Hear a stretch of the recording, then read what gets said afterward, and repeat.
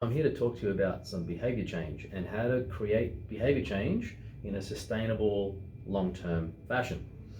If there's two things that I can pretty much have unwavering faith and belief in, the first one is my unwavering faith and belief in people's ability to change if they want to. And the second thing that I have unwavering faith in is the standard process, the natural psychological process it takes in order to get this long-term sustainable change that we're looking for. And often people, once they've reinvigorated their motivation towards getting fit, healthy, changing their lifestyle, there's this all-in approach, and this is where we start to see fads, 30-day challenges, crash diets, huge, like big training changes, and 75 hard. These sorts of things that are fads or limited time periods where people go really hardcore aren't really sustainable, and they're also not long term. It's a short term focus for things in order to instill some behavior change, and the goal is to keep that going. The problem is though is that it's not sustainable. So sustainable change comes about when you know why you're doing it and you know exactly what you're doing.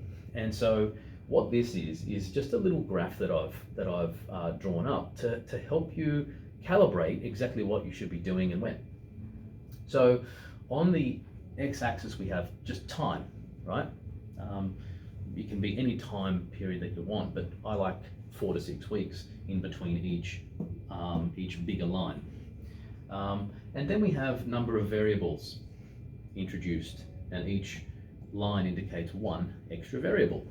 Now, what a fad diet is, or a fad that we go through, for example, 75 hard, is we introduce training.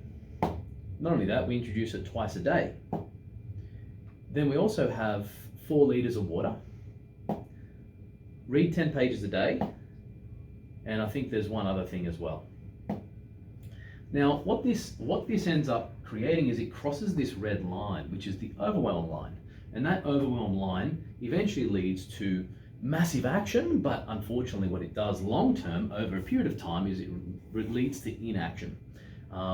That's number one. Now people often, and that's why I'm saying that 75 hard, I have unwavering faith in people's ability to change and people's ability to do something. The problem is that something like 75 hard or something like some sort of fad diet or fad is just not sustainable long term because it leads to overwhelm and therefore leads to inaction. Now, when we start talking about introducing a new variable over time, if you only introduce one new variable, let's say over a 6-week period, and you introduce one new variable, then you start to function in this section here. And in this section is the green zone or the growth zone, right? Now what will happen is once you get to this point here over time, is that variable's effectiveness starts to drop. It starts to drop down. You need another variable to be introduced at that time over another course of period of time in order to actually continue growing. Where people often go wrong is that they start to think, okay, well, I've been doing this, I'm just gonna do a really big health kick. So I start to incorporate my new exercise program along with a new diet. So I'm now gonna be here. Now in this zone, I'm calling this the stretch zone.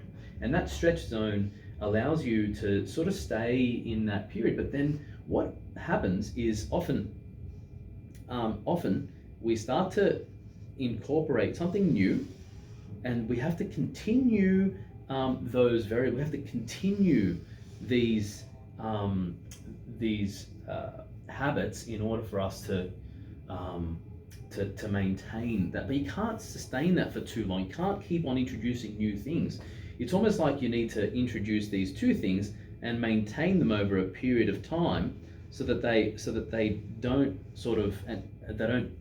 phase out they don't phase out too quickly. And then to keep it going, to build that consistency, you need probably rituals and a routine, which is another variable that you then continue on that line. So if you're ever going to introduce two variables at any given time over a 4 to 6 week period, it's going to last for that 4 to 6 weeks, and it will be fine, and it will start to drop off until you introduce one new variable, which is like a routine, to then keep that going, and then that makes it sustainable and you can stay in the growth zone. However, if you continue to incorporate two new variables all the time, okay, this time I've got to start eating, 200 protein, I need to have 3,500 calories a day. I've also got to train. I'm going to do this workout, that workout. I'm going to make the workouts harder, right? So constantly introducing two new variables keeps you in this stretch zone. And if you can keep that up for a long time, that's good. It might, depending on what tolerance level you've got and how difficult and intense these variables are, you're either going to continue to grow and extend, and this growth zone starts to look like up here, right? And you start to really accelerate and grow, and that's where we start seeing long-term excellent results or astounding results. But unfortunately, what a lot of people do is they don't know how to calibrate this second variable. Often it can be a bit too intense, and this is where this red line starts to drop down, where sustained periods of more variables being introduced all the time, you just keep on getting better and better, adding more training, more diet, more nutrition, and add psychology, add meditation, and all these sorts of things start to add up, and it just becomes too hard for you to fit that into your life. So you start to either, depending on the intensity of these variables, it's either going to creep up to overwhelm, or it's going to stay inside growth zone. So how do we maintain growth zone? Well, only introducing one variable at a time might feel like slow and boring growth. But if you do that over a long period of time, you've now introduced all these different stimuli, which are constantly increasing and improving what you're adding, like you're adding things into your routine. And over time, you're just constantly building upon what you've done. You're adding layers.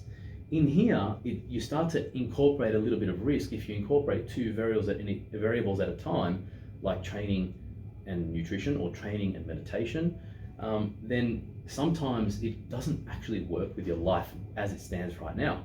In here, you'd also, the hidden variable, in order for me to train and add meditation, then I also need to change my routine. That actually becomes a third variable. So then all of a sudden you're like, well, I can't do that. I can't commit to that. I didn't have time, right? So the goal is to do less that you have time for, so that you can incorporate that into your routine. So let's say 4 to 6 weeks you train. In another 4 to 6 weeks, you change your routine around to keep that going. In another 4 to 6 weeks, you add meditation. In another 4 to 6 weeks, you add nutrition, or whatever order you'd like to do it. But the whole point of this is that you've got your routine down pat, so that you can continue to stay on in the growth zone without adding too many things that you just simply don't have time for, and before you know it, you're in the overwhelm inactivity zone. Getting long-term sustainable change requires you to modulate how many variables you introduce at the same time over the course of time. That's what gets you long sustainable results.